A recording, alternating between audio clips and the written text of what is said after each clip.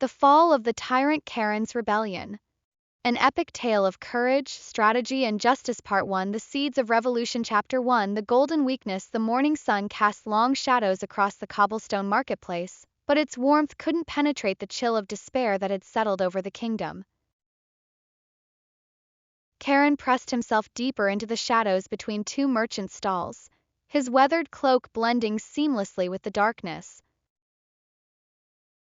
His keen eyes, trained from childhood to observe and analyze, watched the scene unfolding before him with a mixture of rage and calculated interest. Three of Slayer's tax collectors, their crimson uniforms gleaming with polished brass buttons and cruel satisfaction, surrounded an elderly widow. Her name was Mira. Karen remembered her from his childhood when she would sell the sweetest honey cakes in the entire kingdom. Now, her weathered hands trembled as she clutched a small burlap sack, the last of her grain stores.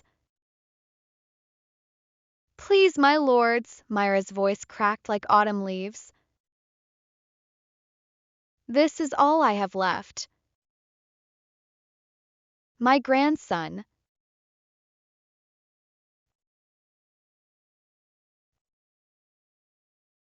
"He hasn't eaten in 2 days. Surely the great Kingslayer wouldn't take food from the mouth of a child."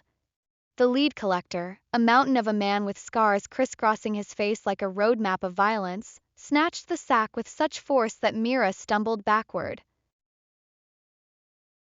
"The king's statue requires more gold, old woman. Every grain can be sold, every coin collected. His Majesty's monument will tower above the clouds themselves, a testament to his eternal glory." Karen's jaw clenched as he watched tears stream down Myra's weathered cheeks. Tyrant's latest obsession had consumed what little mercy remained in his blackened heart. The statue, a grotesque monument to Slayer's ego, was to be crafted from pure gold, standing 300 feet tall in the center of the capital. To fund this monstrosity, Slayer had increased taxes to impossible levels, demanding not just coin but food, livestock, even the copper pots families used to cook their meager meals. A gentle hand touched Karen's shoulder, and he turned to see Malik, the old blacksmith whose forge had become an unofficial meeting place for those who dared whisper of rebellion. Malik's face, lined with decades of honest work and recent worry, bore the wisdom of someone who had watched kingdoms rise and fall. "His greed will be his downfall," Malik whispered, his voice barely audible above the marketplace din. "But greed alone won't topple a king, young prince." Karen's eyes, the same piercing blue that had once marked him as royal blood, gleamed with a dangerous combination of inherited intelligence and hard-earned cunning. "No, old friend, but it will distract him long enough for us to strike where he least expects it." As they watched the tax collectors disappear into the crowd, their heavy boots echoing off the stones like the footsteps of death itself, Karen's mind was already racing. His princely education, cut short by his father's defeat but never forgotten, had taught him that every strength could become a weakness when pushed to extremes. Slayer's obsession with gold and grandeur was about to become the very rope with which he would hang himself. The marketplace began to empty as word spread of the tax collector's presence. Vendors packed their meager wares with practiced haste, and mothers pulled their children close, hurrying toward the safety of their homes. But Karen remained in the shadows, his analytical mind cataloging every detail, every opportunity, every weakness in the tyrant's seemingly impenetrable armor of power. "Malik," he said softly, his voice carrying the authority that no amount of exile could erase, "gather the others. Tonight we begin planning not just a rebellion but a revolution. And it starts with the very gold Slayer covets above all else." Chapter 2: The Heist of Hope. The new moon hung like a black pearl in the star-scattered sky, providing the perfect cover for what many would later call the most audacious theft in the kingdom's history. Karen crouched in the ancient sewage tunnel beneath the royal palace, the stone walls around him slick with centuries of moisture and secrets. The tunnel, forgotten by all but the most dedicated scholars, had been his discovery during long hours spent in the palace library as a child, back when such knowledge seemed merely academic rather than the key to his kingdom's salvation. Beside him, 5 of his most trusted allies moved with the silent precision of shadows given form. There was Jorik, a mountain tribesman whose people had been driven from their ancestral lands by Slayer's expansion. His massive frame seemed impossible to conceal, yet he moved through the darkness with the grace of a hunting cat. Nira, barely 18 but already a master thief, had lost her entire family to Slayer's purges. Her fingers, delicate as a musician's, could pick any lock ever forged. Most crucial to their mission was Priya, a palace servant whose brother had been executed for the crime of speaking against the golden statue. She had spent months mapping guard rotations, studying the treasury's defenses, and slowly, carefully creating wax impressions of keys she cleaned each morning. Her heart hammered against her ribs as she led them through the labyrinthine passages, but her hands remained steady. "The main drain connects to the treasury's foundation in 50 more paces," she whispered, her voice barely disturbing the stagnant air. "But remember, the floor stones above us will creak if we're not careful." "The guards change watch at the 3rd bell, giving us exactly 1 hour." Karen nodded, his mind running through the plan they had rehearsed countless times in the abandoned mine shafts outside the city. This wasn't merely theft, it was the opening move in a game of strategy that would determine the fate of every soul in the kingdom. The gold they sought wasn't just treasure, it was hope made manifest, the means to arm and feed an army of liberation. They reached the designated spot just as the distant palace bells chimed twice. Above them, a circular stone marked with ancient runes covered the entrance to what had once been an emergency escape route for the royal family. Jorik's powerful hands gripped the edges while Nira's delicate tools worked at the mechanism that had sealed it decades ago. The stone shifted with a grinding whisper, revealing a shaft that led directly into the treasury's foundation. One by one they ascended, emerging in a storage room filled with empty wine barrels and forgotten furniture.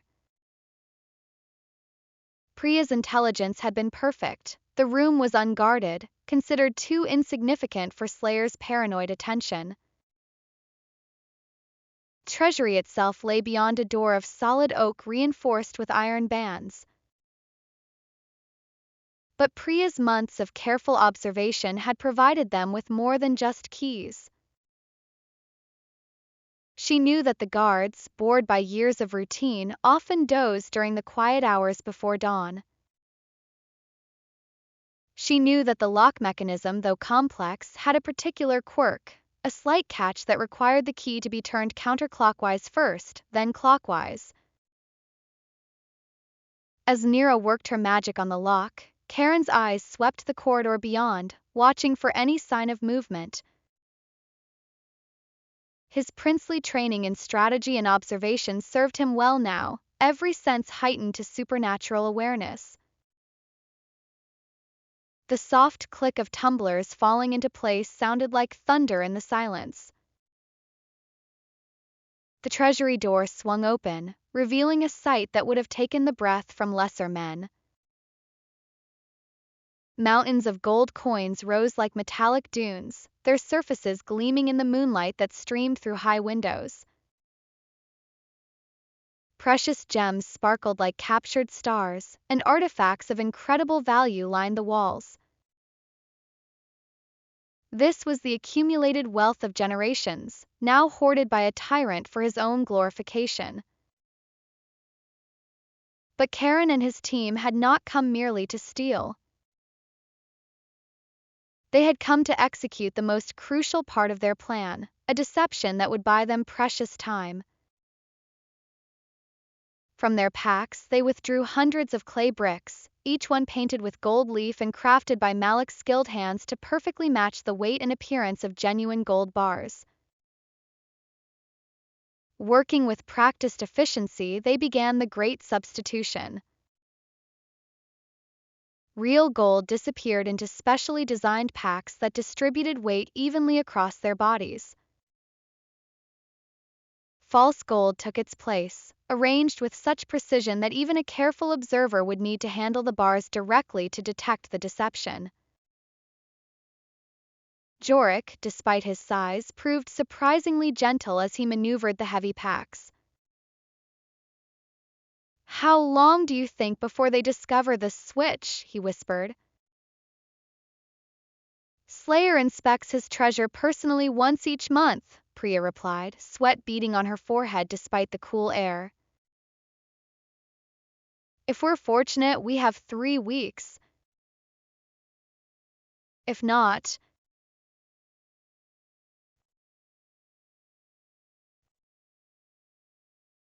She didn't need to finish the sentence. As the third bell began to chime in the distance, they completed their work.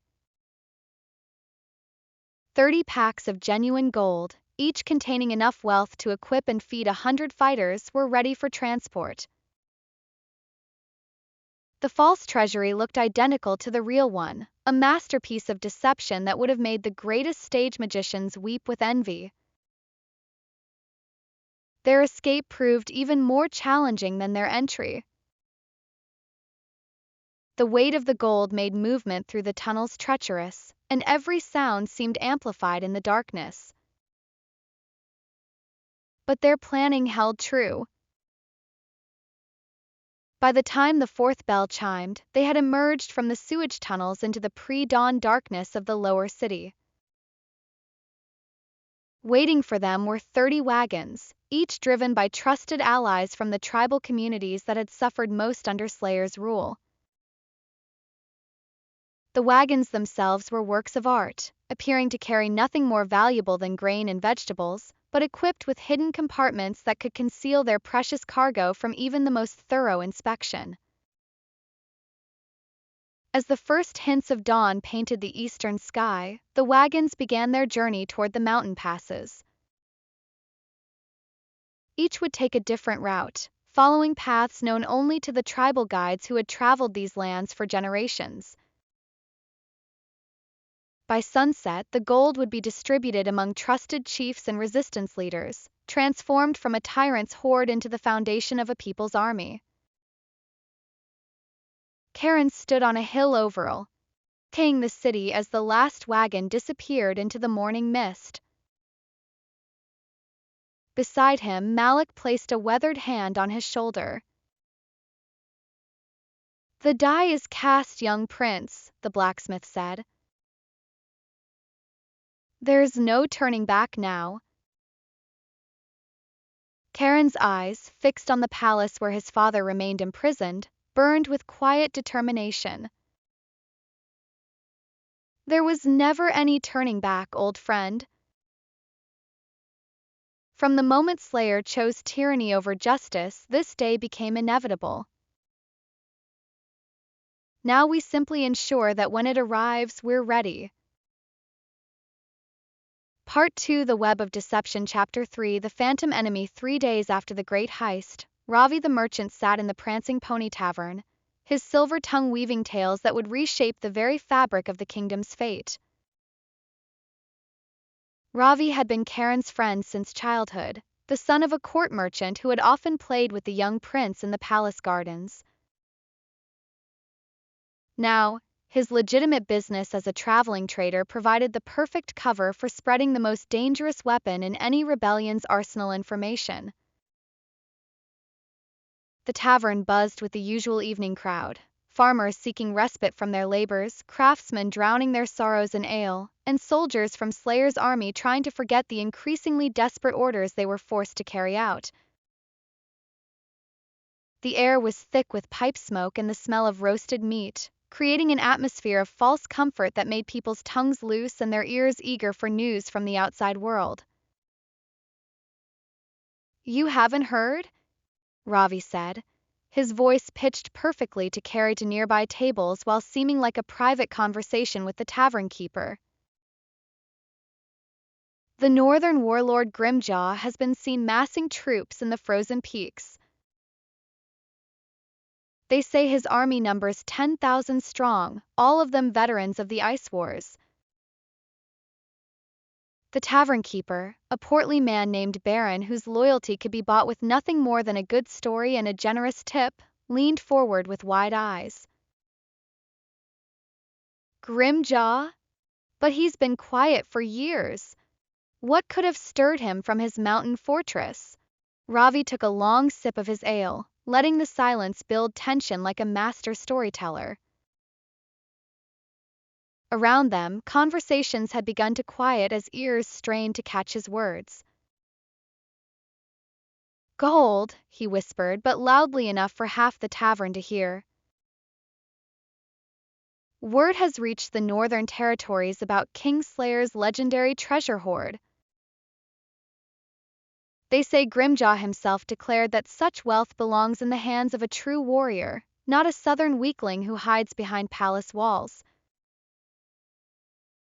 The effect was immediate and electric. Soldiers at nearby tables exchanged worried glances. A merchant from the eastern provinces nearly choked on his drink. Within minutes, the entire tavern was buzzing with speculation and fear. But Ravi was just beginning. Over the next hour, he painted an increasingly vivid picture of the supposed threat. He spoke of Grimjaw's legendary battle axe, forged from meteoric iron and capable of cleaving a man in two with a single stroke. He described the warlord's army, savage Northmen who painted their faces with the blood of their enemies and rode wolves into battle instead of horses. "My cousin trades in furs near the border," Ravi continued, his voice now the center of attention for the entire tavern. He saw them himself, thousands of campfires burning in the mountain passes. The snow itself has turned black from the smoke of their forges as they prepare weapons for war. As the evening progressed, Ravi moved to other taverns, each time refining his story, adding new details that made the threat seem more immediate and terrifying. By the time the city's bells chimed midnight, the tale had grown to include Grimjaw's alliance with ice demons, his army of 20,000 bloodthirsty warriors, and his sworn oath to burn the capital to the ground and claim Slayer's golden statue as his trophy. The beauty of the deception lay not just in its initial telling, but in how it spread.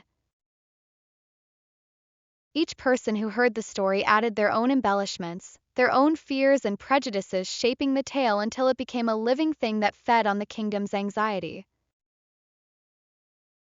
Merchants who had never seen the northern territories spoke with authority about Grimjaw's movements. Soldiers who had never fought in a real battle became experts on northern military tactics. Within 2 days, the story had reached the palace itself. Slayer, already paranoid from years of ruling through fear, received reports from a dozen different sources, each one confirming the growing threat from the north. His spies, eager to please and terrified of bringing their king news he didn't want to hear, corroborated details they had heard in taverns and marketplaces, treating rumor as intelligence. The king's reaction was everything Karen had hoped for and more. Slayer's obsession with his treasure, combined with his fundamental cowardice, created a perfect storm of poor decision-making. Rather than investigating the reports carefully or sending scouts to verify the threat, he immediately began redeploying his forces. I want every mountain pass guarded. Slayer raged from his throne, spittle flying from his lips as his paranoia reached new height. Double the patrols on the northern roads. If this barbarian thinks he can steal what is mine, he'll learn the price of challenging a true king. General Voss, one of the few competent military minds still serving Slayer, tried to counsel caution. Your Majesty, perhaps we should verify these reports before. Verify! Slayer's voice rose to a shriek that echoed through the throne room. Are you suggesting my intelligence network is unreliable? Are you questioning my judgment? The general, knowing that such questions often led to the executioner's block, bowed his head in submission. Of course not, Your Majesty. I merely thought, you thought wrong. Slayer stood from his throne, his elaborate robes rustling like the wings of some great gaudy bird. I want 3/4 of our army moved to the northern defenses immediately. Station them at every pass, every road, every goat path that leads from the mountains. And double the guard around my treasury. If Grimjaw wants my gold, he'll have to climb over a mountain of corpses to reach it. Within a week, the capital's defenses had been stripped to the bone. Seasoned soldiers marched north to guard against an enemy that existed only in tavern tales and fearful imaginations. Palace Guard was reduced to a skeleton crew of elite warriors and hastily recruited conscripts. The city walls, once manned by experienced defenders, now relied on green recruits and aging veterans pulled from retirement. Karen watched this redeployment from his hidden vantage point in the abandoned bell tower of the old cathedral. Through a spyglass salvaged from his father's personal effects, he counted the companies as they marched north, their banners bright in the morning sun, their armor glinting like scales on some great serpent. It's working even better than we hoped, whispered Asha, the young tribal girl who had become his most trusted scout. Barely 16, she possessed an uncanny ability to move unseen through the city, gathering intelligence that even Ravi's network couldn't obtain. My contacts in the palace say Slayer hasn't slept in 3 days. He keeps demanding updates on Grimjaw's movements, getting angrier each time his scouts report seeing nothing. Karen lowered the spyglass, a grim smile playing at the corners of his mouth. Fear is a powerful weapon, but it cuts both ways. Slayer's paranoia has always been his weakness, now it becomes our strength. How many soldiers remain in the capital? No more than 1,000, Asha replied, consulting the small leather journal where she recorded her observations. Maybe 800 if you don't count the raw recruits. And half of those are guarding the treasury and the palace itself. Perfect. Karen collapsed the spyglass and tucked it into his cloak. Send word to Malik and the others. It's time for phase 2 of our plan. While Slayer's army chases shadows in the mountains, we'll strike at the heart of his power.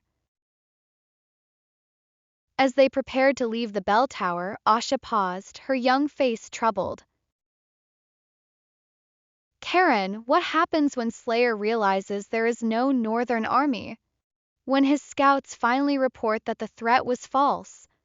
Karen's expression grew serious as he considered the question.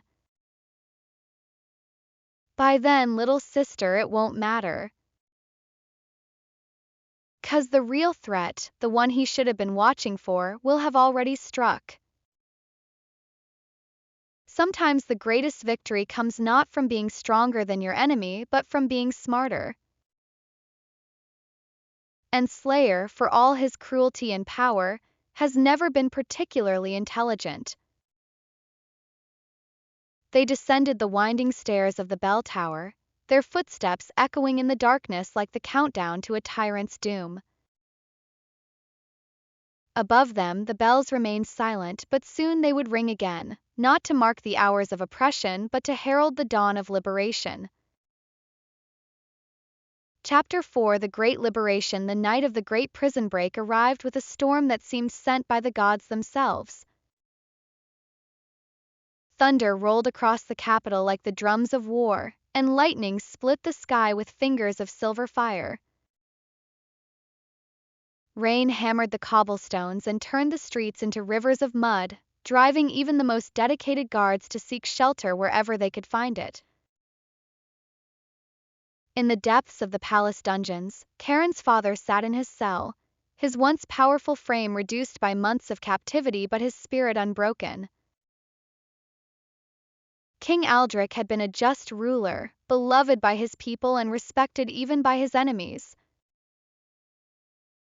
Now, his beard had grown long and gray, his royal robes replaced by rough prison garb, but his eyes still held the keen intelligence that had made him a formidable leader.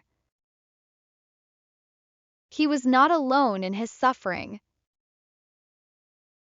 The dungeons housed nearly 300 prisoners, former generals who had refused to serve Slayer, scholars who had spoken against his policies, merchants who had tried to protect their workers from excessive taxation, and common folk whose only crime had been to love their rightful king.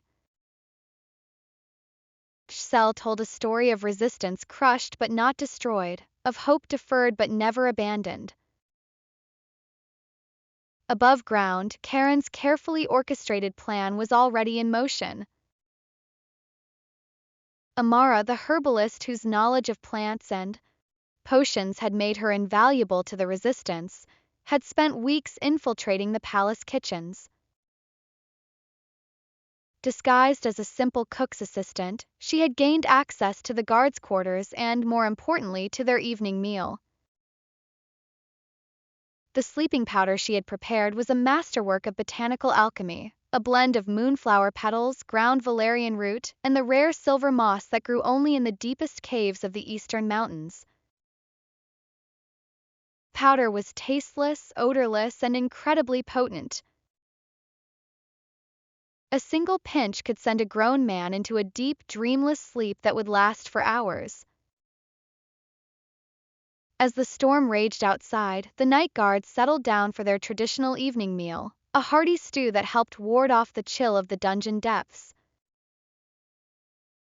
They had no reason to suspect that their food had been doctored, no cause to question the new kitchen girl who had served them with such a shy, nervous smile. Within an hour, snores echoed through the guard chambers like a chorus of contented bears. The few guards who remained awake were drowsy and inattentive, their reflexes dulled by the storm's hypnotic rhythm and the warm food in their bellies. Meanwhile, Malik had been busy in his forge, working by candlelight to create perfect duplicates of the prison keys. The wax impressions that Priya had risked her life to obtain had been transformed into functional metal through the blacksmith's considerable skill.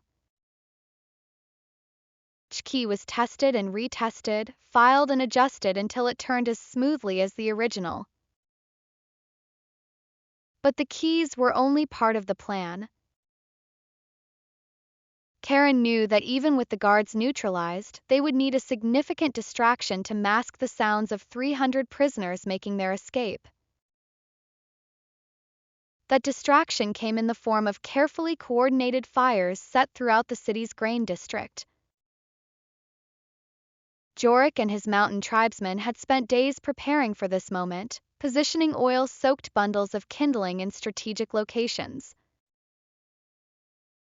The fires were designed not to cause serious damage. Karen had no desire to harm innocent civilians, but to create enough smoke and commotion to draw attention away from the palace. As the clock tower chimed midnight, the first flames began to dance in the darkness. Within minutes, the night sky was painted orange and red as a dozen small fires blazed to life. The city's fire brigades, already hampered by the storm, rushed to respond to what appeared to be a coordinated attack on the kingdom's food supply. In the confusion, Karen and his core team made their move. They entered the palace through the same sewage tunnels that had served them during the treasury heist, but this time their destination was the dungeon complex beneath the eastern wing. The ancient passages, known only to those who had studied the palace's original architectural plans, provided a route that bypassed most of the remaining guards. The sleeping powder had worked even better than expected. Guard after guard lay slumped over tables or curled up in corners, lost in chemically induced slumber. Those few who remained awake were easily avoided or quietly subdued by Nira's expert application of pressure points learned from her grandfather, a former palace guard who had served Karen's father with distinction. The first cell they opened contained General Marcus, Aldrich's former military advisor and one of the finest strategic minds in the kingdom. Despite months of imprisonment, the old soldier's eyes were sharp and alert as Karen's key turned in the lock. "My prince," Marcus whispered, his voice hoarse from disuse but filled with joy. "I knew this day would come. Your father never lost faith that you would return. And I never lost faith in any of you," Karen replied, helping the general to his feet. "But we must move quickly. The fires will only distract them for so long." Cell by cell, they worked their way through the dungeon complex. Each freed prisoner was given a simple choice: flee to safety or join the growing rebellion. To Karen's amazement and pride, nearly every single person chose to stay and fight. These were not broken victims but hardened survivors, their resolve strengthened by months of suffering and their hatred of tyranny refined to a razor's edge. The most emotional moment came when Karen finally reached his father's cell. King Aldrich looked up as the door swung open, and for a moment neither man could speak. Then the old king rose to his feet, his movements careful but dignified, and embraced his son. "You've grown," Aldrich said simply, his voice thick with emotion. "Not just in years, but in wisdom. I can see it in your eyes. You've learned things that no father ever wants his child to learn." "I've learned that justice delayed is not justice denied," Karen replied. "And I've learned that a true king serves his people, not the other way around." "You taught me that, father, even if you didn't know it at the time." There was no time for a longer reunion. Even as they spoke, shouts could be heard from the upper levels of the palace. The fires had been contained more quickly than expected, and some of the guards were beginning to wake from their drugged sleep. The escape route that had seemed so secure was rapidly becoming a trap. But Karen had planned for this contingency as well. Hidden throughout the dungeon complex were small caches of weapons, swords, daggers, and crossbows that had been smuggled in piece by piece over the course of weeks. The freed prisoners, many of them former soldiers, armed themselves with grim efficiency. "We fight our way out if we have to," declared Captain Thorne, a grizzled veteran who had lost an eye defending the kingdom's eastern border. "I'd rather die free than live another day in Slayer's cage." But Karen shook his head. No unnecessary bloodshed. These guards are mostly conscripts and frightened boys. They serve Slayer because they have no choice, not because they believe in his cause. We'll use the storm tunnels. They connect to the old aqueduct system and lead directly to the river. The storm tunnels were a relic from the city's ancient past, built to channel floodwaters away from the palace foundations during the worst weather. They were narrow, treacherous, and partially flooded from the ongoing storm, but they offered a route that even Slayer's most paranoid security measures had overlooked. 300 people moving through such confined spaces should have been impossible, but desperation and hope proved to be powerful motivators. The freed prisoners formed a human chain, helping each other through the most difficult passages, sharing their strength with those weakened by captivity. Karen's father, despite his age and the toll of imprisonment, proved to be a natural leader in the crisis.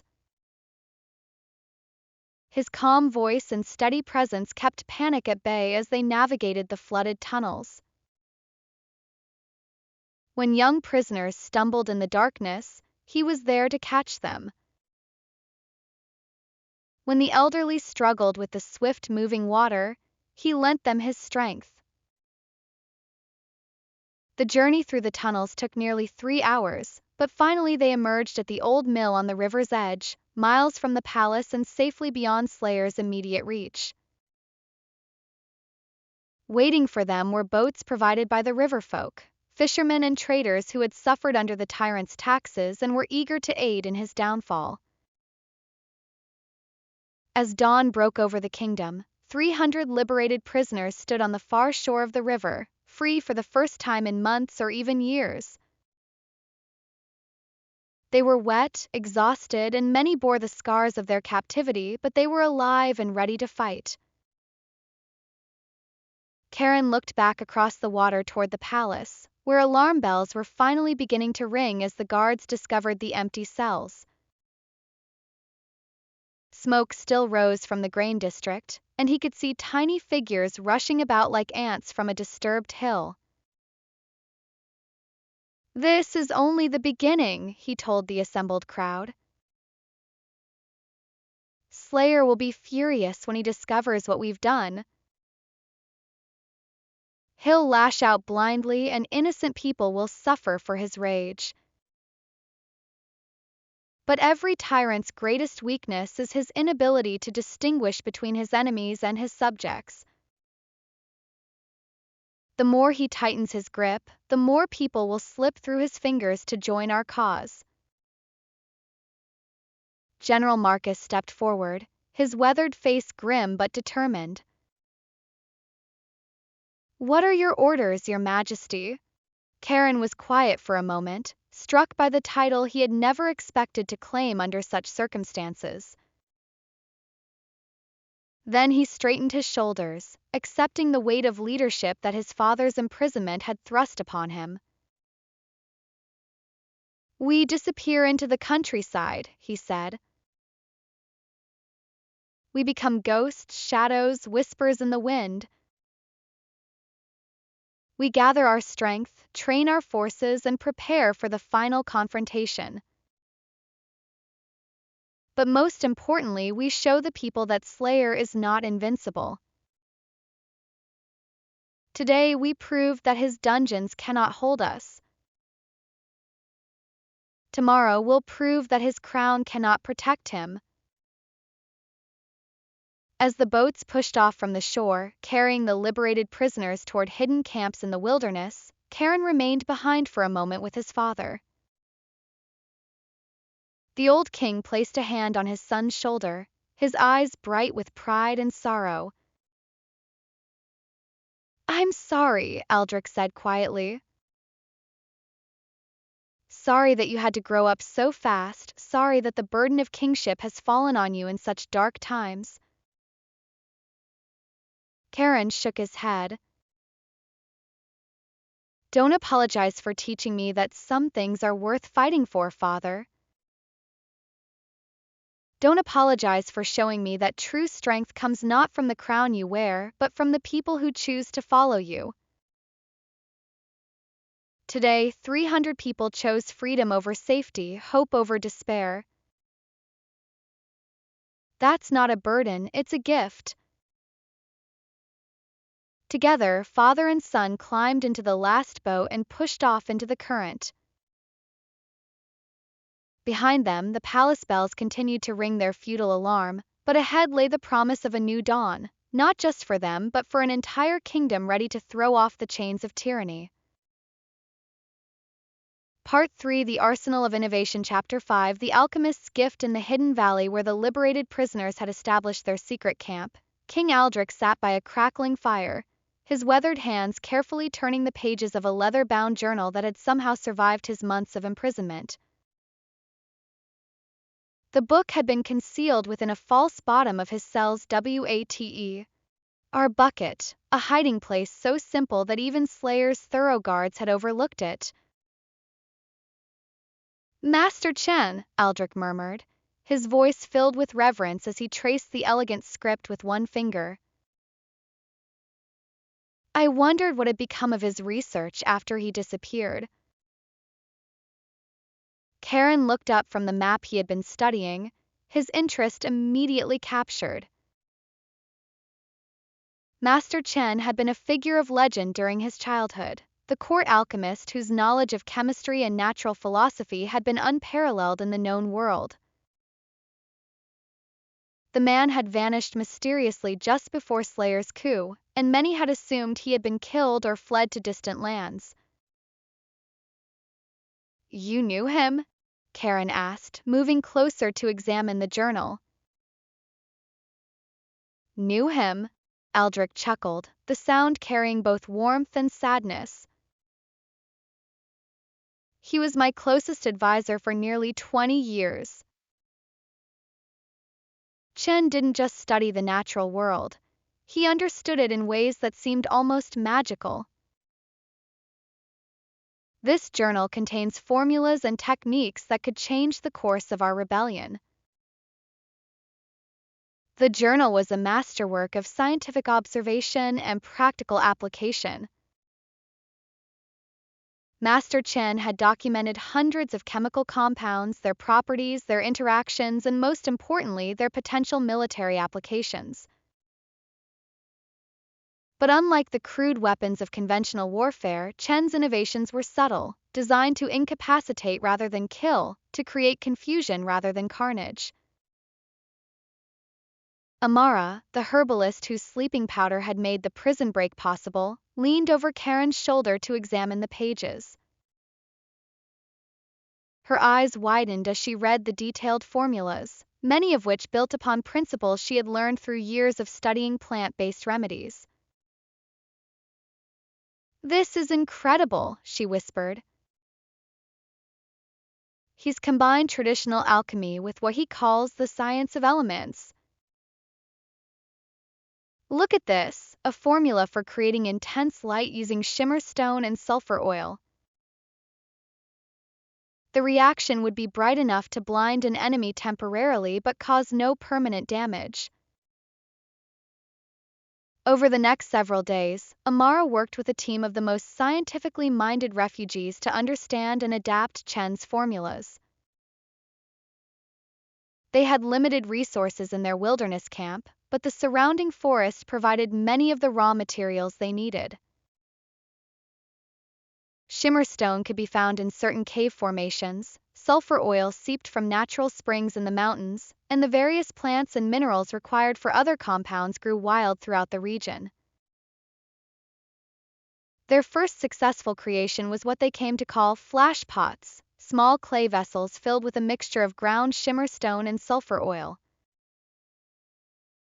When the vessels shattered, the compounds would mix and create an intense burst of light that could blind an enemy for up to 30 seconds. The effect was startling but temporary, giving Karen's forces a significant tactical advantage without causing permanent harm to opponents who might later be convinced to join their cause. The second breakthrough came from studying Chen's notes on plant-based oils. Night ivy, a common vine that grew in shaded areas throughout the kingdom, produced an oil that became incredibly slippery when exposed to air. By combining this oil with specially designed clay vessels that would break upon impact, they created slick traps that could render an area impassable for hours. Imagine, said Marcus, the former general whose tactical mind immediately grasped the implications, a narrow mountain pass coated with this substance. An entire cavalry charge could be stopped without firing a single arrow.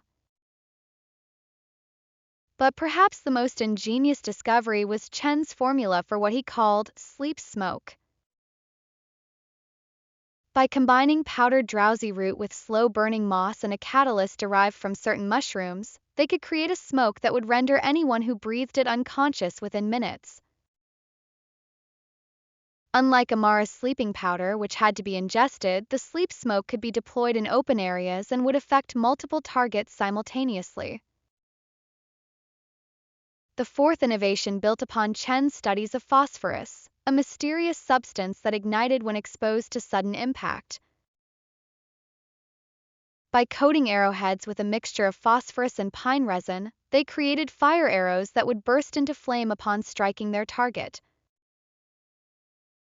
These weapons were particularly effective against wooden structures and could create the kind of chaos and distraction that Karen's unconventional tactics required. As word of these new weapons spread through the camp, the mood among the rebels began to shift from desperate hope to genuine confidence. They were no longer just a ragtag band of fugitives hiding in the wilderness, they were becoming a force to be reckoned with, armed with weapons that their enemies had never seen and wouldn't know how to counter. But Karen understood that weapons alone would not win their war. The true power of Chen's innovations lay not in their destructive capability, but in their psychological impact. An enemy who couldn't see, couldn't stand, or couldn't stay awake was an enemy who would question everything they thought they knew about warfare. "We're not just fighting Slayer's army," Karen explained to his assembled commanders as they studied the various compounds and devices. "We're fighting the idea that might makes right, that superior numbers and conventional weapons always win. Every time we use these tools successfully, we prove that intelligence and innovation can triumph over brute force." The testing and refinement of their new arsenal took weeks of careful work. Each compound had to be mixed in precise proportions, each delivery method tested and retested to ensure reliability. They couldn't afford to have a flash pot fail to ignite at a crucial moment, or a sleep smoke bomb that produced more light than vapor. Jorik and his mountain tribesmen proved particularly adept at field testing the weapons. Their natural agility and knowledge of wilderness terrain made them ideal for the kind of hit-and-run tactics that the new weapons enabled. They learned to move through enemy territory like ghosts, striking without warning and disappearing before their opponents could mount an effective response. "It's like hunting," Jorik explained to the other fighters. "You don't chase the prey, you make the prey come to you, and you make sure the ground favors you when they arrive." As their arsenal grew and their tactics evolved, Karen began to see the shape of the final confrontation that would determine the kingdom's fate. They couldn't match Slayer's forces in a conventional battle. Even with most of his army chasing phantoms in the northern mountains, the tyrant still commanded superior numbers and equipment. But they didn't need to win a conventional battle. They needed to win a war of minds and hearts, to prove that tyranny was not invincible and that the people's will could not be forever suppressed. The journal contained one final gift from Master Chen, a detailed map of the capital city showing not just the streets and buildings that everyone knew, but the hidden passages, forgotten tunnels, and secret chambers that only the court alchemist had discovered during his years of service. These hidden routes would allow small teams to move through the city undetected, striking at key targets and disappearing before the enemy could respond. Chen knew this day would come, Aldrich said as they studied the map by firelight. He may have disappeared before the coup, but he left us the tools we would need to reclaim our kingdom. It's as if he could see the future and prepared for it. Karen traced the various routes with his finger, his strategic mind already beginning to formulate plans. Or perhaps he simply understood that tyranny always contains the seeds of its own destruction. He gave us the means to water those seeds and help them grow. As the night deepened around their hidden camp, the rebels continued their preparations. Tomorrow would bring new challenges, new opportunities to test their innovations and refine their tactics. But tonight, for the first time since his father's defeat, Karen felt that victory was not just possible, it was inevitable. Tyrant's greatest strength had always been his ability to inspire fear through overwhelming force. But fear was a weapon that cut both ways, and soon Slayer would learn what it meant to be afraid of shadows, to question every sound in the night, to wonder if his enemies were everywhere or nowhere at all. Chapter 6, The Sky Warriors. The idea came to Karen as he watched young Asha teaching a group of tribal children how to construct and fly war kites in the meadow beyond their hidden camp. The children, ranging in age from 8 to 16, had initially been seen as refugees to be protected rather than potential assets to the rebellion. But Asha, with her keen intelligence and natural leadership abilities, had recognized something that the adults had missed. These children possessed skills that could be weaponized in ways their enemies would never anticipate. Look at how they read the wind, Asha explained to Karen as they observed the impromptu lesson. They understand air currents instinctively the way a fish understands water. And they're small enough that their kites can carry significant payloads while remaining virtually invisible from the ground. The war kites themselves were marvels of engineering simplicity. Constructed from canvas salvaged from captured enemy tents, reinforced with flexible wooden frames carved from mountain birch, and controlled by lines made from twisted silk thread, each kite was capable of carrying up to 10 pounds of cargo while remaining stable in all but the most severe weather conditions. But it was the cargo that made these kites truly revolutionary.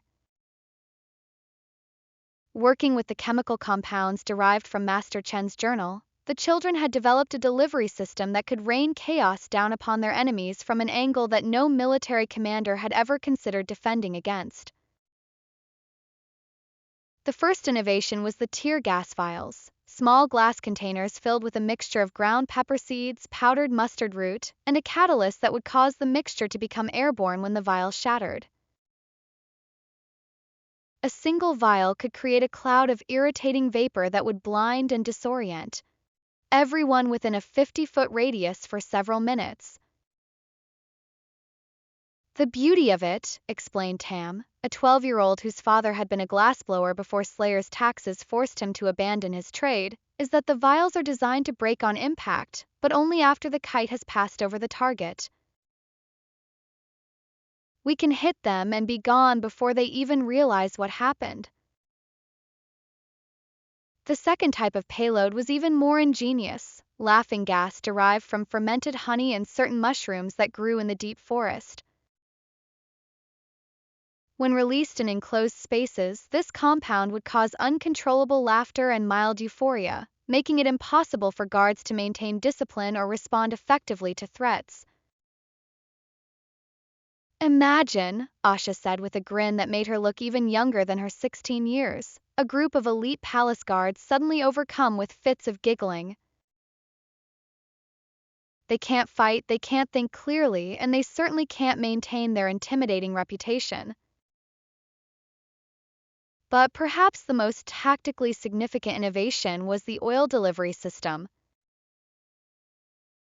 Using the same night ivy oil that had proven so effective in their slick traps, the children had developed a method for coating large areas from above.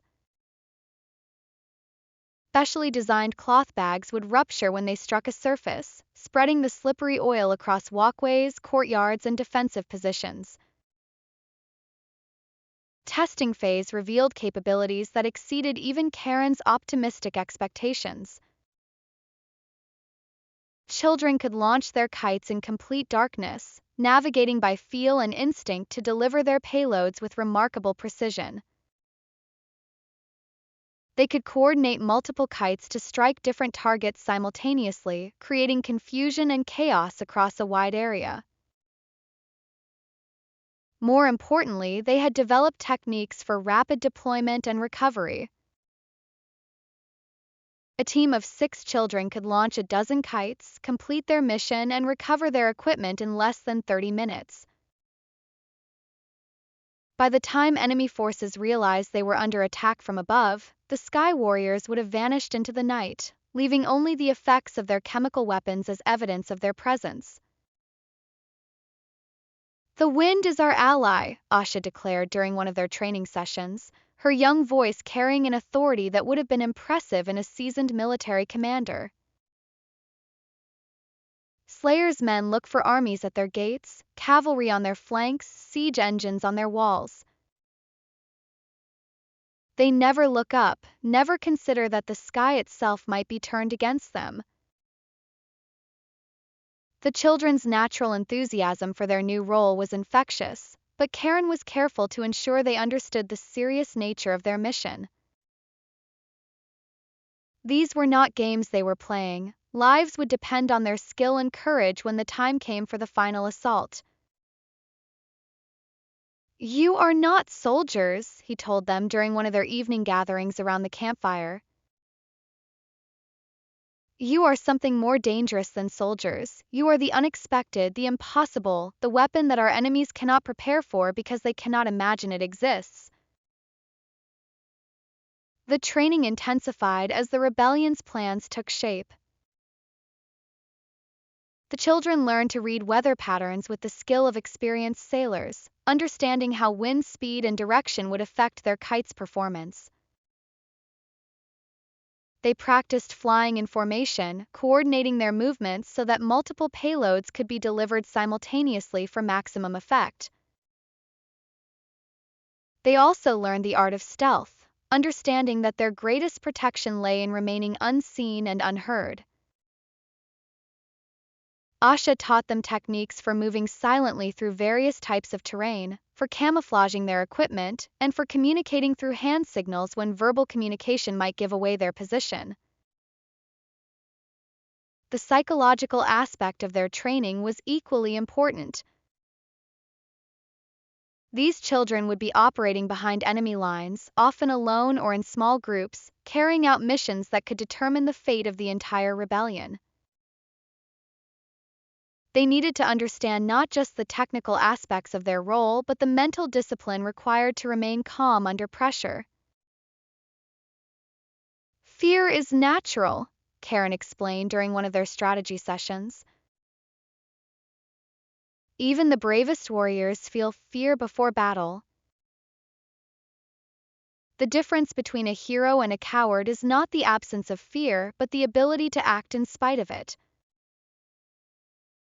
You have advantages that no adult warrior possesses. You are small, quick, and most importantly, you are underestimated. Use those advantages, but never let them make you careless.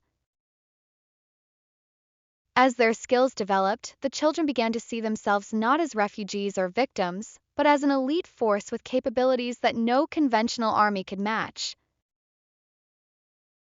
They developed their own traditions, their own code of honor, and their own fierce pride in their unique role within the rebellion. The older children, led by Asha, took responsibility for training the younger ones, creating a system of mentorship that ensured knowledge and skills were passed down effectively. They established safety protocols, developed emergency procedures, and created backup plans for every conceivable scenario.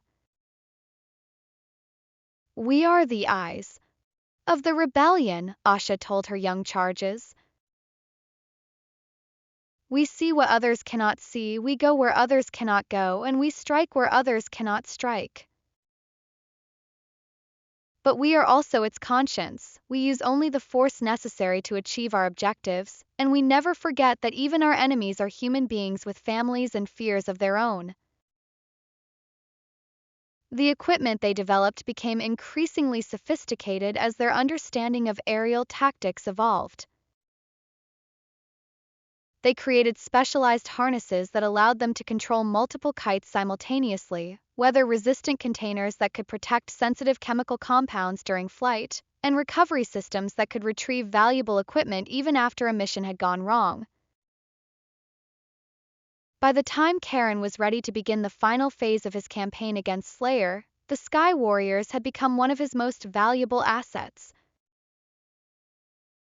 They could gather intelligence from positions that no spy could reach, deliver weapons to locations that no conventional force could access, and create diversions that would confuse and demoralize even the most disciplined enemy troops. But their greatest value lay not in their tactical capabilities but in what they represented: the transformation of the kingdom's most vulnerable citizens into its most innovative defenders. Children who had been orphaned by Slayer's cruelty, who had lost everything to his greed and ambition, had found a way to fight back that turned their apparent weakness into strength. "When the history of this rebellion is written," General Marcus observed as he watched the children preparing for a training flight, "these Sky Warriors will be remembered as one of its most remarkable innovations. They've proven that in warfare, as in life, the most powerful weapon is often the one your enemy never sees coming." As the sun set over their hidden valley, casting long shadows across the meadow where the children practiced their aerial maneuvers, Karen felt a deep sense of pride in what they had accomplished. Tomorrow would bring new challenges, new tests of their courage and ingenuity. But tonight, watching these young warriors master the skies above their homeland, he knew that Slayer's reign of terror was entering its final chapter. Tyrant had built his power on the assumption that might made right, that superior force could crush any opposition. But he had never faced an enemy that could turn the very air against him, that could strike from the heavens themselves with weapons he couldn't understand and tactics he couldn't counter. The Sky Warriors were ready. Soon they would show the world that even the mightiest tyrant was vulnerable to those brave enough to soar above the limitations of conventional thinking. Part 4: The Storm Breaks. Chapter 7: The Night of Falling Stars. The night chosen for the assault was perfect in its darkness, a new moon hidden behind thick clouds that promised rain but had not yet delivered on their threat. The air hung heavy with moisture and tension as Karen's forces took their positions around the capital city. After months of preparation, planning, and careful positioning of resources, the moment of truth had finally arrived. From his command position on the hill overlooking the city, Karen could see the faint glow of torches and braziers that marked Slayer's remaining defenses. The tyrant's paranoia about the fictional northern threat had worked even better than hoped. 3/4 of his army remained deployed in the mountain passes, chasing shadows while the real threat gathered at his very doorstep. "All teams report ready," whispered Nira, who had taken on the role of communications coordinator. Her network of hand signals and coded bird calls allowed the various elements of their force to coordinate without revealing their positions to enemy scouts. Karen nodded, his eyes fixed on the palace where his enemy waited, probably sleeping peacefully in his silk-draped bed while his subjects suffered under the weight of his oppression. "Signal the Sky Warriors. Let the night of falling stars begin."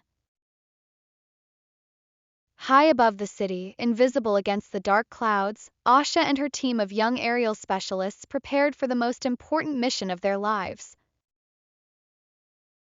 12 war kites, each one carrying a carefully selected payload, rode the night winds with deadly grace.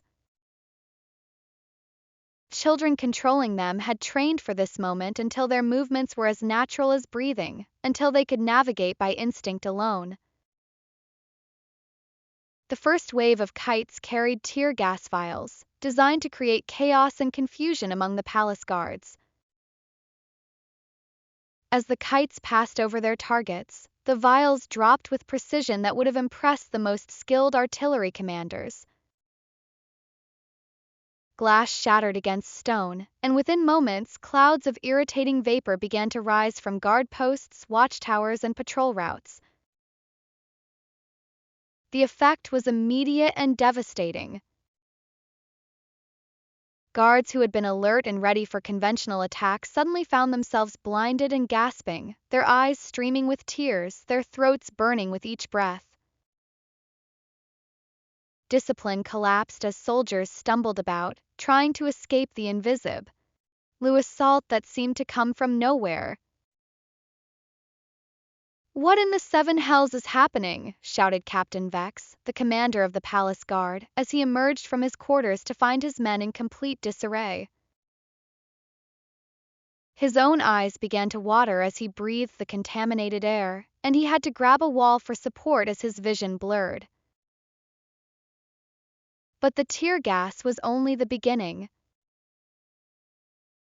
The second wave of kites carried laughing gas, targeting the enclosed courtyards and guard chambers where soldiers had retreated to escape the first attack.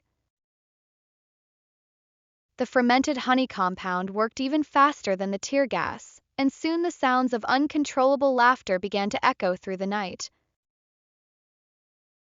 Elite guards who had spent years cultivating an image of grim professionalism found themselves giggling like children.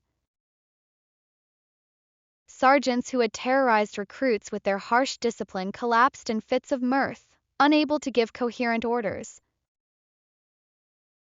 The psychological impact was perhaps even more devastating than the physical effects. How could anyone take seriously an army that couldn't stop laughing? From his position outside the city walls, General Marcus watched the chaos unfold with professional admiration. "Brilliant," he murmured to Karen. "They can't fight what they can't see, can't understand what's happening to them, and can't maintain discipline when their own bodies betray them." The third wave of kites carried the oil payloads, coating the fortress walls and defensive positions with the slippery night ivy extract. Guards who tried to man the battlements found themselves sliding helplessly along the walkways, unable to maintain their footing long enough to draw a bow or throw a spear. But Karen's aerial assault was coordinated with ground-based operations that took advantage of the confusion from above. As the palace guards struggled with the effects of the chemical weapons, disguised grain carts began rolling toward the city gates. To the few guards still capable of coherent thought, they appeared to be nothing more than late-arriving supply wagons, delayed by the storm that everyone could feel building in the air. Carts were masterpieces of concealment, designed by Malik and his team of craftsmen to hide their true purpose beneath layers of grain sacks and false bottoms. Each cart contained a small but powerful catapult, pre-loaded with fire arrows and positioned to provide maximum coverage of the palace approaches. The guards at the gates, their vision still blurred from tear gas and their judgment impaired by lingering traces of laughing gas, waved the carts through with minimal inspection. By the time they realized their mistake, it was far too late to prevent the consequences. As the fourth hour of the assault began, the fire arrows launched in coordinated volleys that lit up the night sky like falling stars. The oil-coated walls, still slick from the aerial bombardment, provided perfect fuel for the flames. Within minutes, the fortress became a beacon of chaos, its walls outlined in fire that could be seen for miles. The psychological impact on the defenders was catastrophic. They were under attack from enemies they couldn't see, using weapons they didn't understand in ways they had never imagined possible. The very foundations of their military training, the assumption that battles were fought by armies facing each other across open ground, had been shattered in a single night. Karen's ground forces, equipped with masks soaked in mint oil and crystal lenses that filtered smoke, advanced through the chaos like phantoms. They moved with purpose and precision, their targets carefully selected to maximize disruption while minimizing casualties among defenders who might later be convinced to switch sides. The armory fell first, its guards overcome by sleep smoke deployed through the building's ventilation system. Weapons that might have been used to mount an effective defense were quickly secured or destroyed. The stables followed, their horses released to add to the confusion as they galloped through the streets in panic. Communication centers were targeted with surgical precision. Signal towers were toppled by teams of mountain climbers who had scaled the walls under cover of smoke and darkness. Messenger stations were captured by fighters who emerged from the very sewers that had once served as escape routes for the royal family. As dawn approached, the full scope of the disaster became clear to those defenders still capable of rational thought. The palace was surrounded, its defenses compromised, its garrisons scattered and demoralized. The city itself was in chaos, with fires burning in a dozen locations and strange vapors drifting through the streets. But perhaps the most devastating blow was the realization that their enemy had achieved all of this with minimal loss of life. The weapons used against them were designed to incapacitate rather than kill, to create confusion rather than carnage. This wasn't the brutal assault of a conquering army, it was the precise application of superior intelligence and innovation.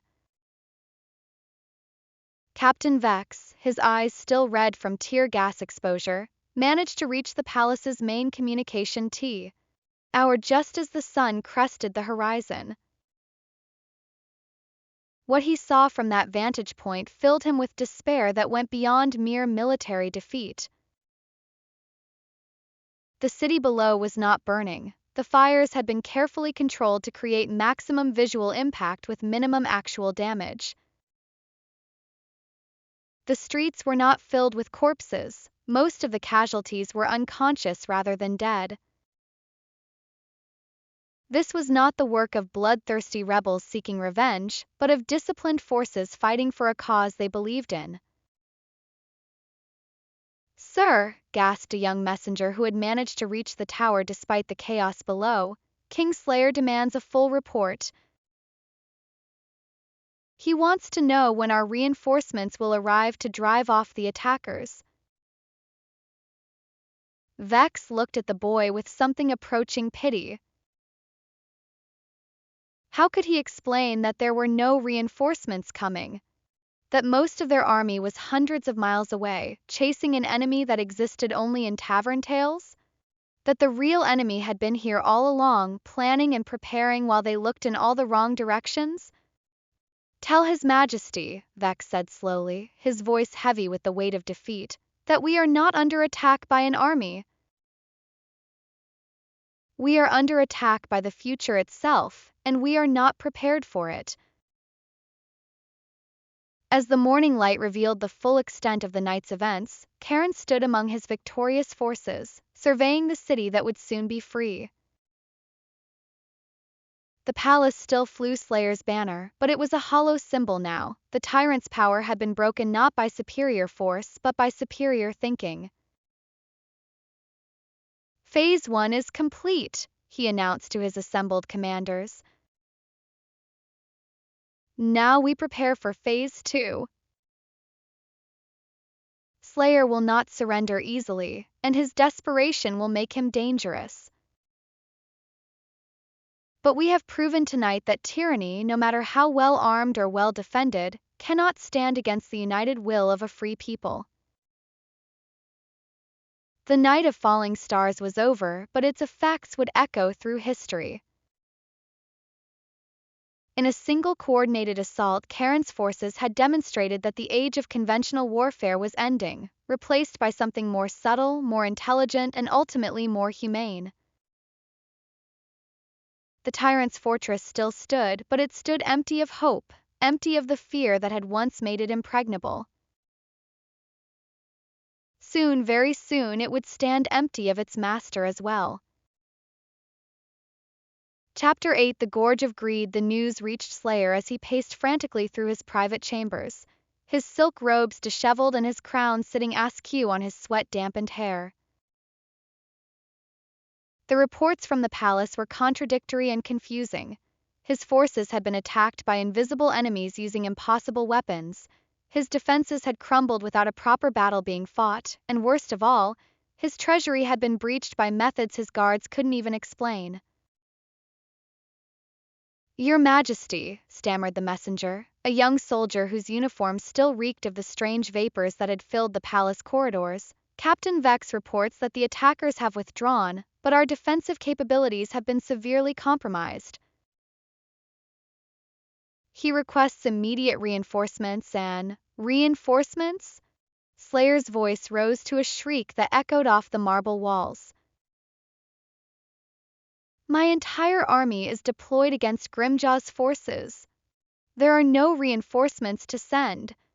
He grabbed the messenger by the shoulders, his fingers digging into the young man's flesh. "What am I gold? What am I treasury?" The messenger's face went pale. "Sir, the treasury appears intact, but there are reports of..."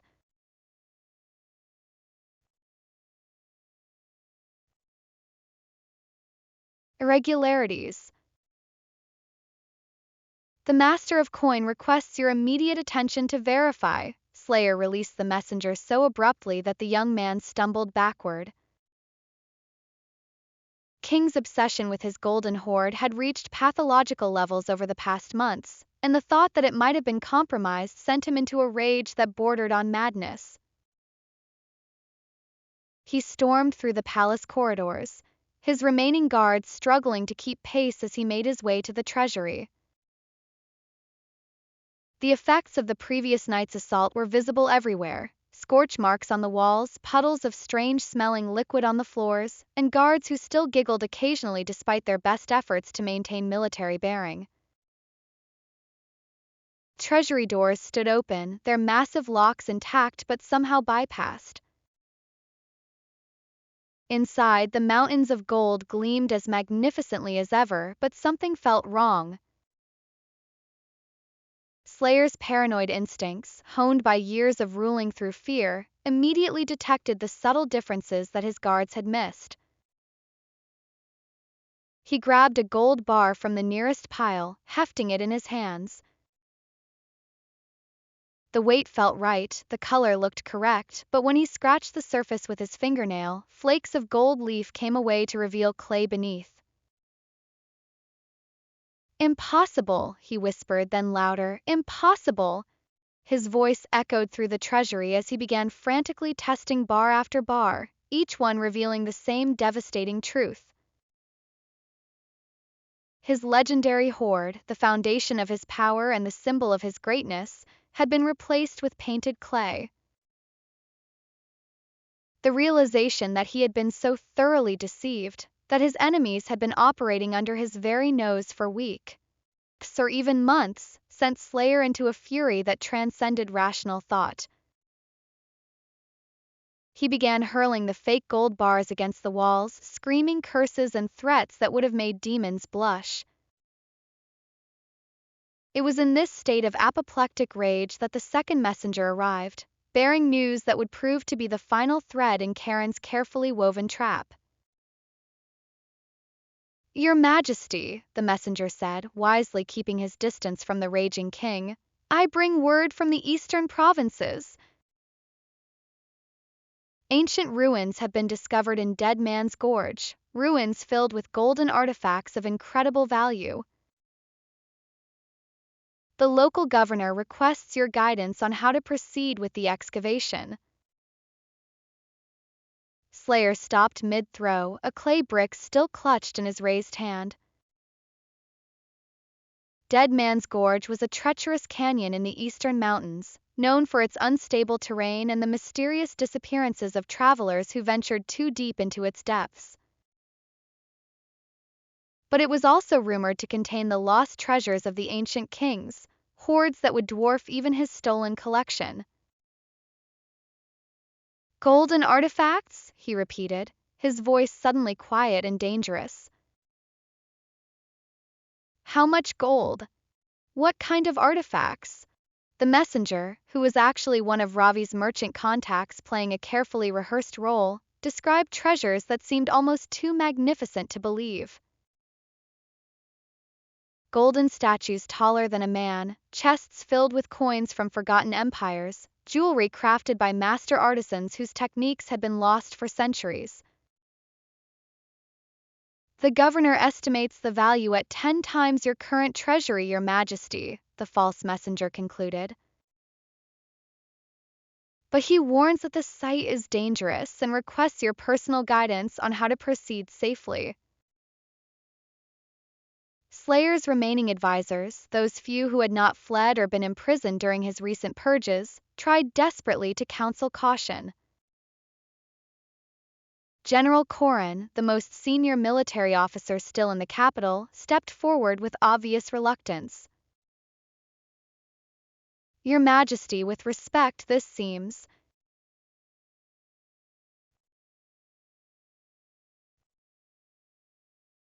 convenient.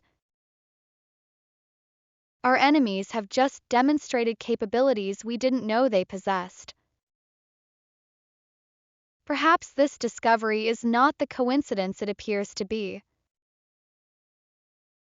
But Slayer was beyond listening to reason.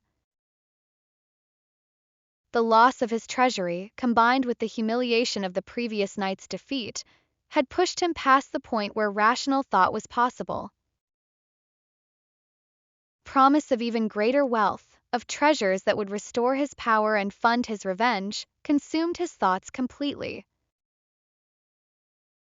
Convenient, he snarled at the general. You think I should ignore the greatest treasure discovery in the kingdom's history because of your cowardice? You think I should let some provincial governor claim what rightfully belongs to the crown? Sir, I merely suggest that we investigate more thoroughly before. Enough! Slayer's hand went to his sword, and General Corrin wisely stepped back. I will lead the expedition personally. Gather my personal guard, every man who can still fight. We leave within the hour. The remaining advisors exchanged worried glances, but none dared to speak further. They had seen what happened to those who contradicted the king when his obsessions took hold. Within an hour, Slayer had assembled a force of 200 elite guards, the last effective military unit under his direct command. As they prepared to depart, one final piece of intelligence reached the king. His spies in the northern mountains reported that there was no sign of Grimjaw's army, no evidence that the northern warlord had ever left his fortress. The entire threat that had consumed Slayer's attention for weeks appeared to have been a fabrication. A wiser man might have recognized this as confirmation that he was walking into a trap. A more experienced military commander might have realized that the timing of these revelations was too perfect to be coincidental. But Slayer was neither wise nor experienced in actual warfare. He was a paranoid tyrant whose grip on reality had been steadily eroding under the pressure of maintaining power through fear alone. It doesn't matter, he declared to his assembled guards as they mounted their horses in the palace courtyard. Real or not, Grimjaw's threat has served its purpose. It scattered my enemies and gave them false confidence. Now they'll learn what happens when they steal from a king. The ride to Dead Man's Gorge took most of the day, following mountain paths that grew increasingly treacherous as they climbed higher into the eastern peaks.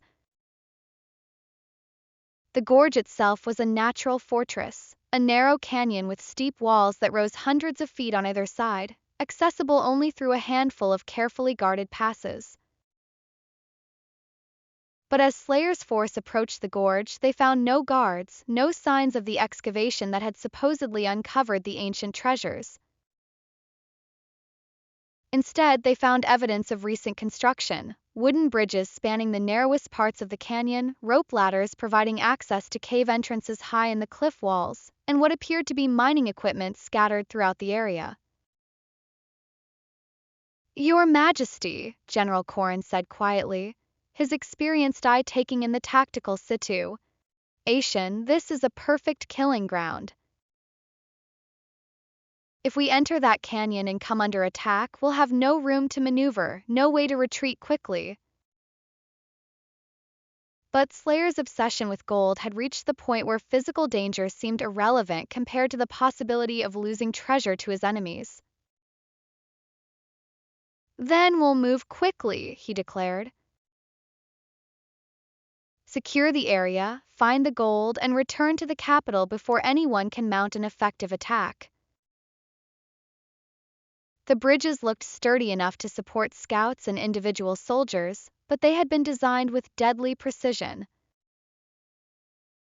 The support structures were carefully weakened so that they would collapse under the weight of armored cavalry or large groups of men.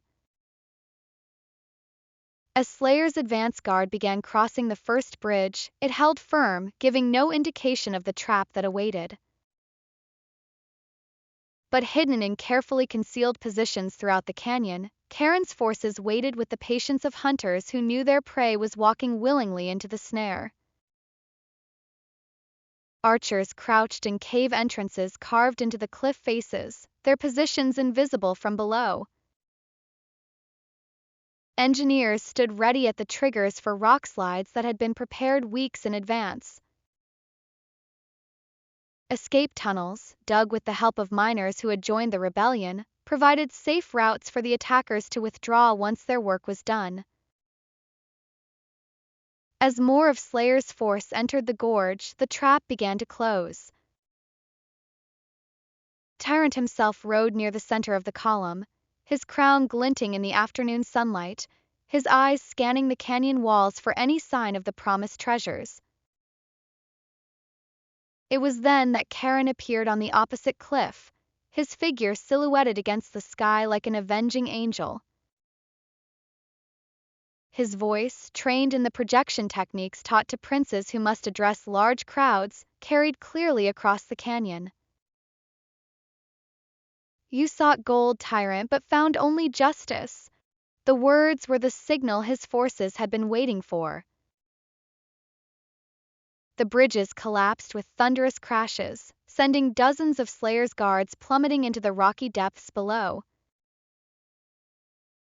Arrows rained down from positions that seemed impossible to reach, each shot carefully aimed to wound rather than kill when possible. The rock slides began, sending tons of stone cascading down the canyon walls with the sound of the world ending. In minutes, Slayer's elite guard was decimated. Those who survived the initial assault found themselves trapped in a narrow space with no cover, no escape routes, and enemies who seemed to be everywhere and nowhere at once. The psychological impact was as devastating as the physical destruction. These were men who had terrorized civilians and crushed peasant uprisings, but they had never faced an enemy who fought with such precision and intelligence. Slayer himself, thrown from his horse when the bridge beneath him collapsed, found himself trapped on a narrow ledge halfway down the canyon wall. His crown had fallen into the depths, His elaborate robes were torn and stained with blood, and for the first time in his life, he was truly helpless. Above him, Charon's voice echoed off the canyon walls with the authority of a true king addressing his subjects. Surrender now, and your lives will be spared. Continue to fight, and you will share your master's fate. One by one, the surviving guards threw down their weapons. They had followed Slayer out of fear and necessity, not loyalty, and they could see that their cause was hopeless. Tyrant, who had seemed so powerful in his palace, surrounded by the trappings of absolute authority, was revealed to be nothing more than a frightened man clinging to a cliff face. The Gorge of Greed had lived up to its name, claiming not just Slayer's remaining military power but his illusions of invincibility. Trap had been perfect in its conception and flawless in its execution, proving once again that intelligence and careful planning could triumph over brute force and superior numbers. As the dust settled and the echoes of battle faded, Charon began his descent into the canyon. The final confrontation with the tyrant who had destroyed his family and oppressed his people was about to begin, and with it, the last chapter of a war that had been fought as much with minds as with weapons. Part 5, The Final Confrontation, Chapter 9, Father and Son. The afternoon sun cast long shadows across the floor of Dead Man's Gorge as Charon made his way carefully down the treacherous cliff face, his movements sure and deliberate despite the loose rock and narrow handholds. Below him, the remnants of Slayer's once mighty force huddled in the canyon's depths, their weapons scattered among the rubble of the collapsed bridges, their arrogance replaced by the hollow-eyed stare of men who had finally understood the true cost of serving tyranny. Slayer himself remained trapped on his narrow ledge, his elaborate robes now torn and stained, his face a mask of rage and disbelief. The man who had ruled through fear for so many years was experiencing terror for the first time, and the emotion sat poorly on features more accustomed to inspiring dread than feeling it.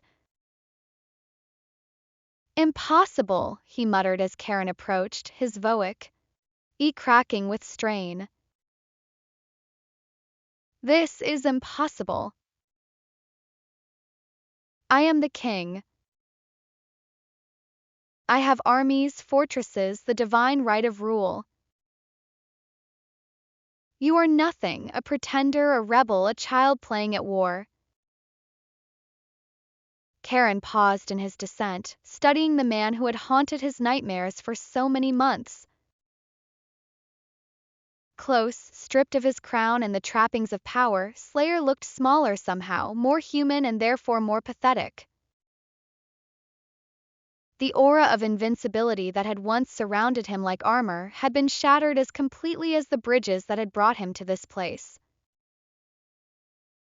"You're right about one thing," Charon said, his voice carrying easily in the still air of the canyon.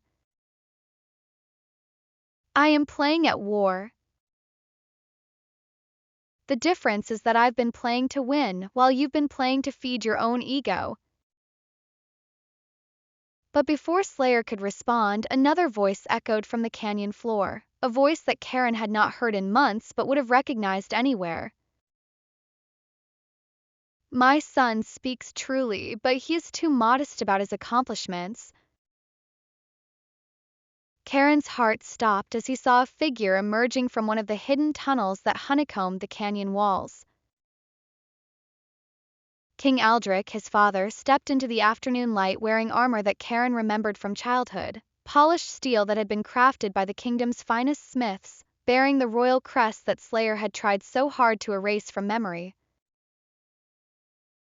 The former king had used the weeks since his liberation to recover his strength and his purpose. The months of imprisonment had aged him, carved new lines into his face and streaked his hair with silver, but they had not broken his spirit.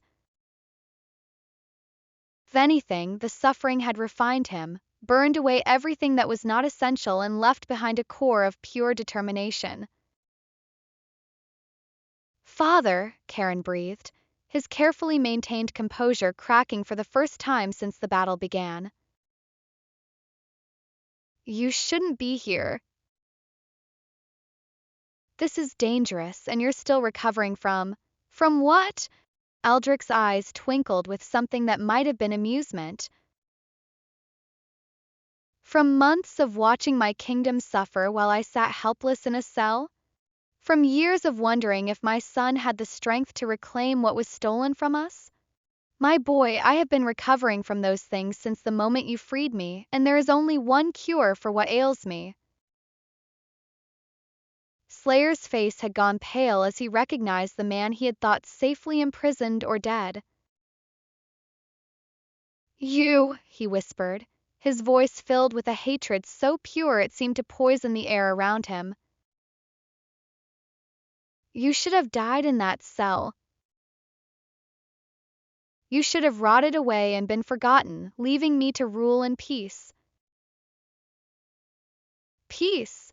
Aldrich's voice carried the weight of absolute authority, the tone of a man who had ruled justly for decades and knew the difference between leadership and tyranny.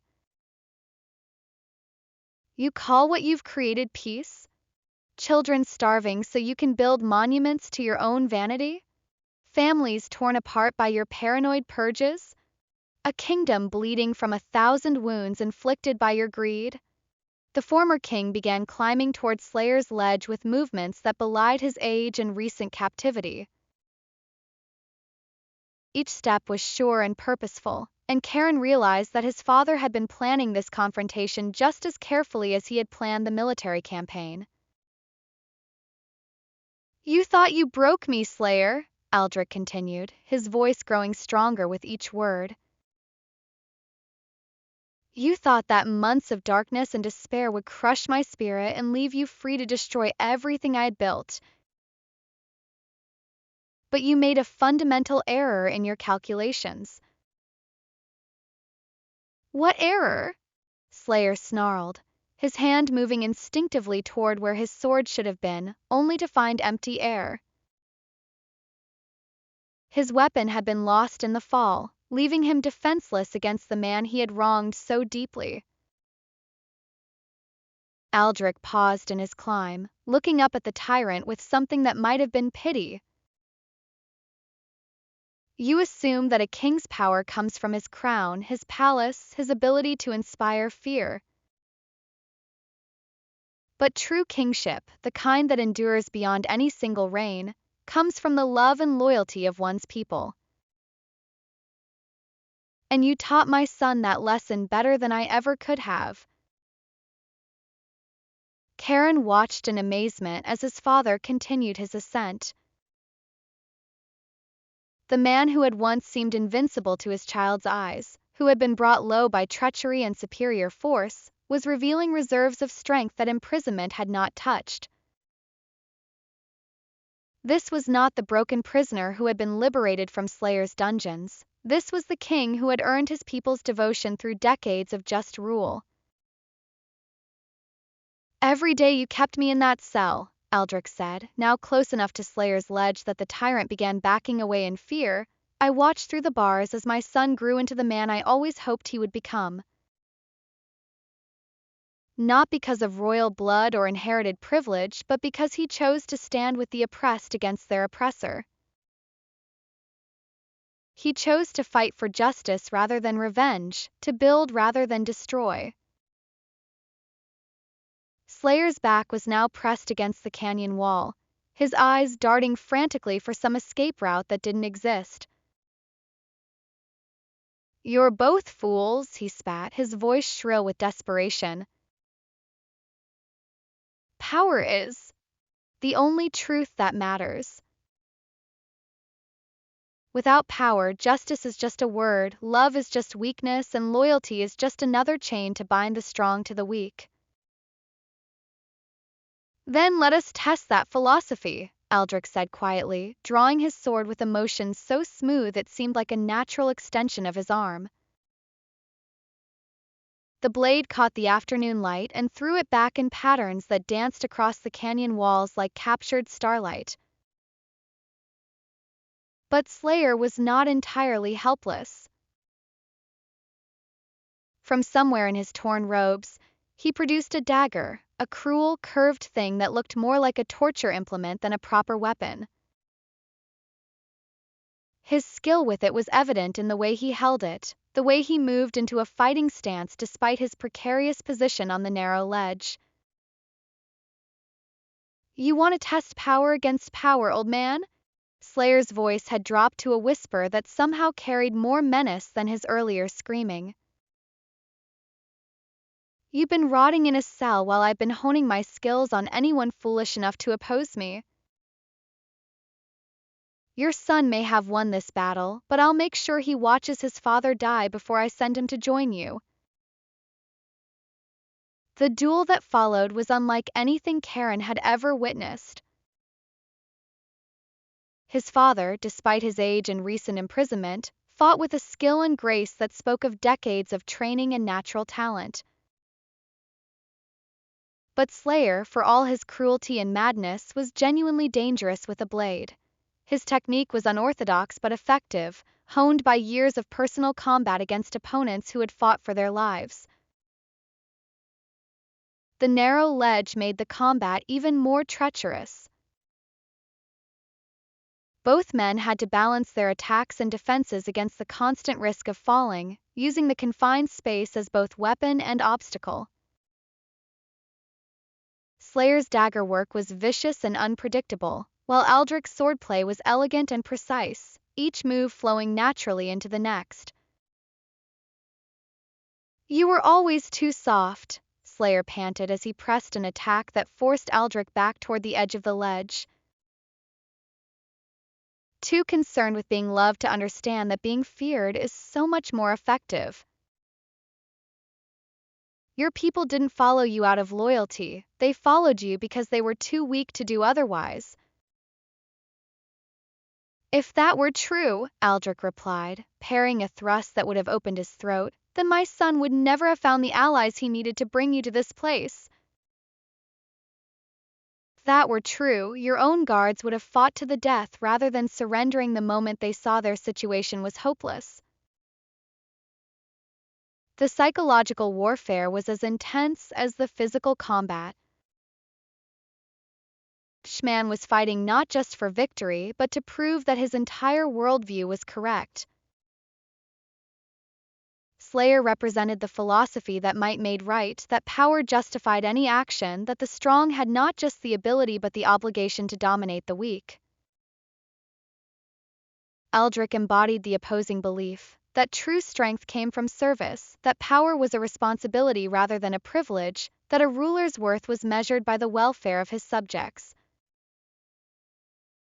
As the duel continued, it became clear that Aldrich's months of imprisonment had taken their toll.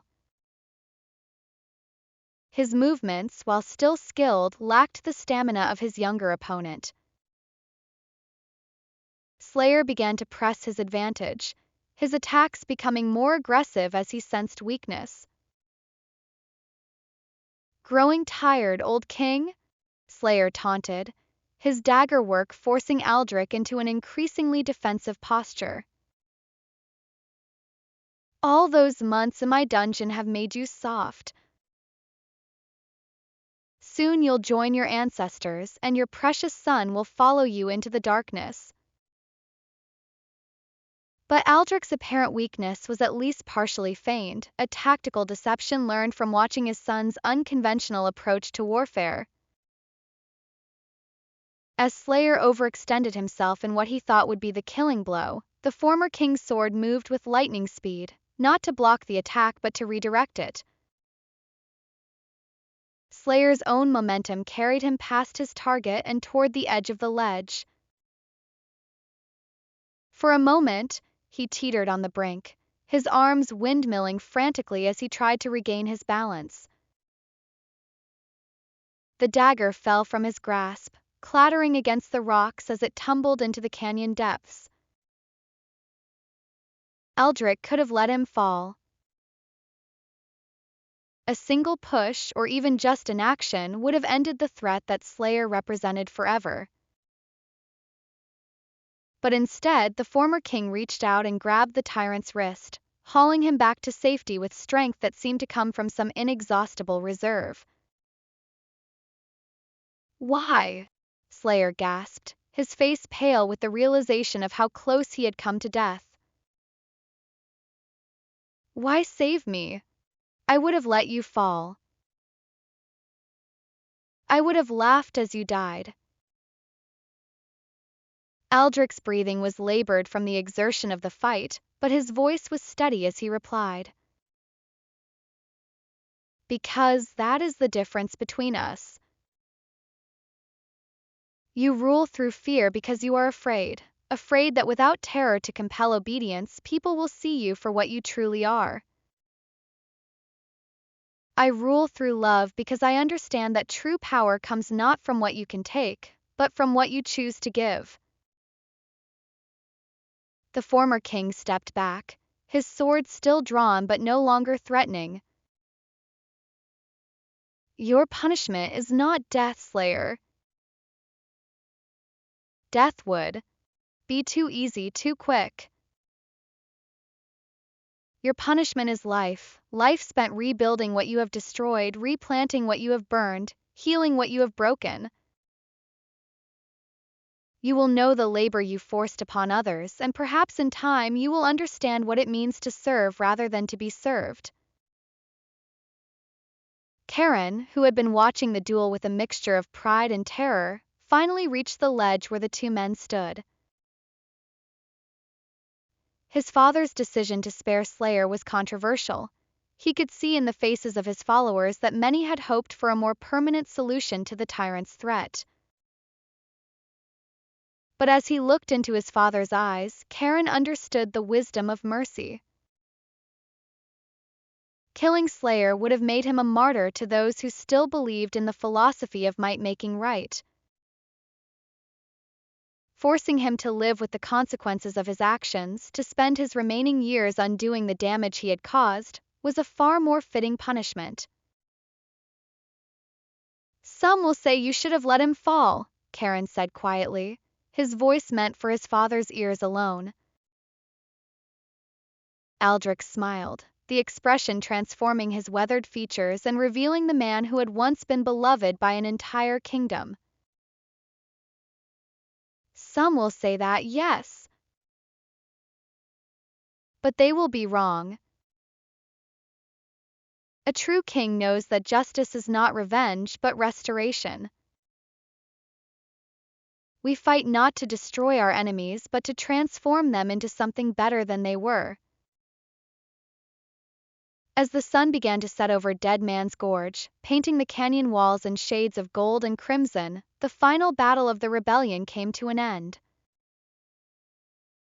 Slayer sat on the ledge with his head in his hands, the weight of his defeat and the prospect of his punishment finally breaking through the armor of arrogance that had protected him from reality for so long.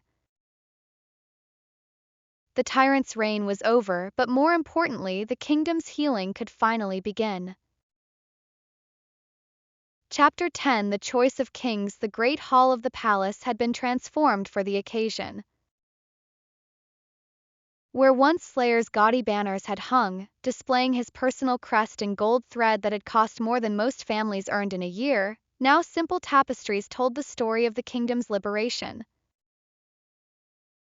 The massive throne, carved from black marble and designed to intimidate rather than inspire, had been removed entirely, replaced by a simple wooden chair that could have belonged to any prosperous merchant or successful farmer. But it was not the physical changes that made the hall feel different, it was the people who filled it. Instead of the cringing courtiers and terrified supplicants who had once populated Slayer's court, the hall now buzzed with the voices of citizens from every walk of life.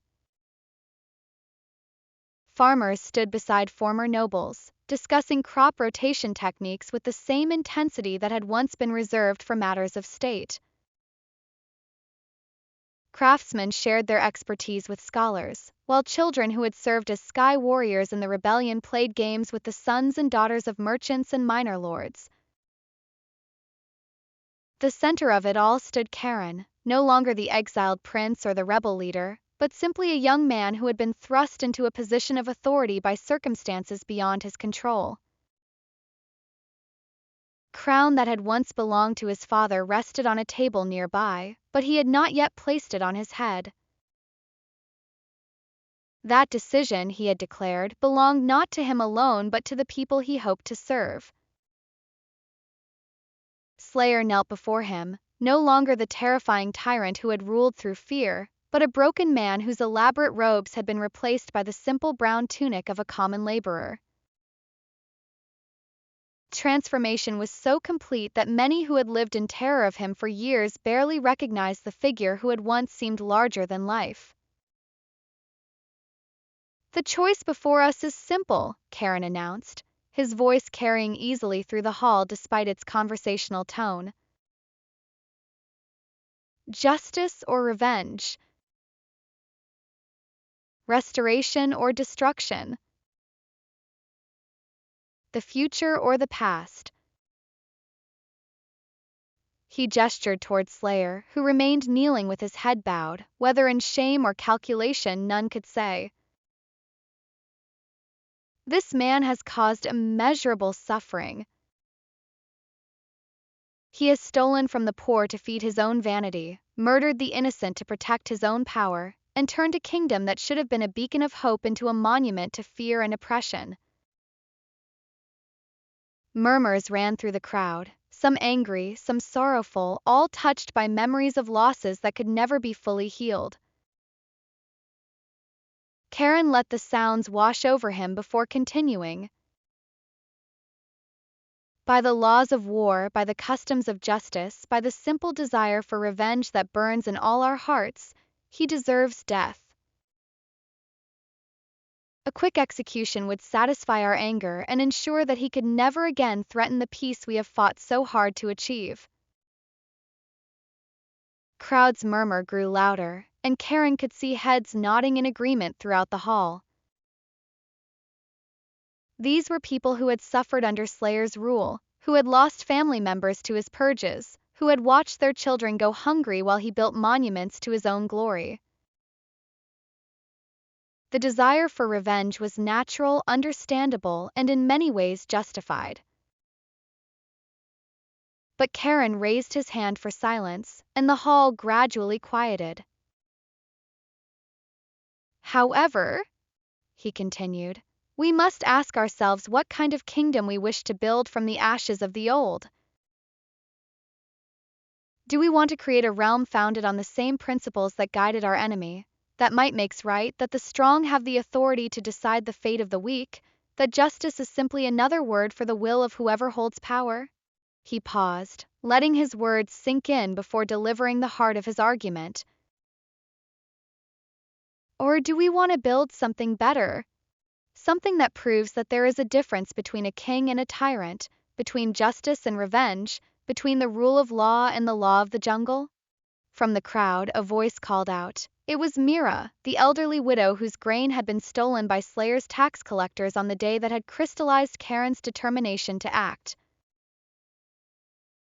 "What justice is there in letting him live while my grandson still goes to bed hungry? What mercy did he show to any of us?" It was a fair question, and Karen had expected it.